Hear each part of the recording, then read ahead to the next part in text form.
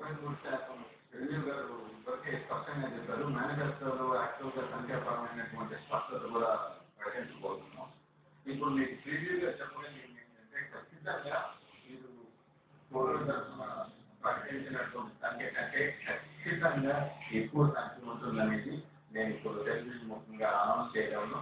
ఆ నంబర్ కంటే కూడా ఏంటంటే ఇక్కడ జరిగినటువంటి ఒప్పందం అనేది పరస్పర వైరుధ్యాలు ఉన్నటువంటి రాజకీయాలు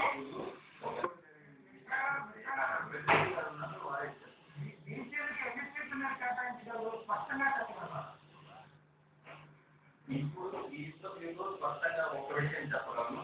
ఈ రోజు మిగతా రెండు పార్టీలు ఇచ్చినటువంటి సంఖ్య కంటే కూడా ఖచ్చితంగా ఎక్కువ సంఖ్యలో బీసీలు మా పార్టీ నుంచి అసలు మన వచ్చే ఎలక్షన్లో సీట్లు ఇవ్వబడతారు. ఇది ఖచ్చితంగా మీకు చెప్పగలను.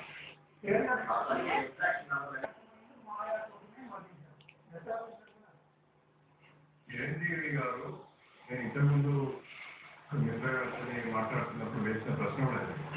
ప్రజారాజ్యము అదేవిధంగా ప్రజారాజ్యం పార్టీ అధినేత చిరంజీవి గారు మొదటి నుంచి కూడా మిత్రగారి ద్వారా ప్లస్ ఇంకోతల ద్వారా వామపక్షాలతో తెలంగాణ రాష్ట్రం కూడా జతగట్టి ముఖ్యంగా ఏర్పడి ఎన్నికలు ఒప్పుకోవాలని ప్రయత్నం చేశారు. ఎందుకు కానీ కారణాలు ఏమైనా కానీ వాళ్ళ ప్రయత్నాలు సఫలం కాలేదు. అది మహాకూటమి ఏర్పడ్డప్పుడు అది మాయాకూటమని మాట్లాడడం తెలంగాణ రాజులని తెలంగాణ రాష్ట్రాన్ని కోరుకునే వాళ్ళు ఎవరైనా తెలుగుదేశం పార్టీ యొక్క నిర్ణయాన్ని ఆలోచించవస్తాం. మా వడపతి పెద్దిరెడ్డి గారు కానీ లేదు దేవేంద్ర గౌడ్ గారు కానీ మా నిర్ణయం ఏదో పుస్తకాలు అయిందని అనుకోవాల్సిన అవసరం లేదు. It all open mind and open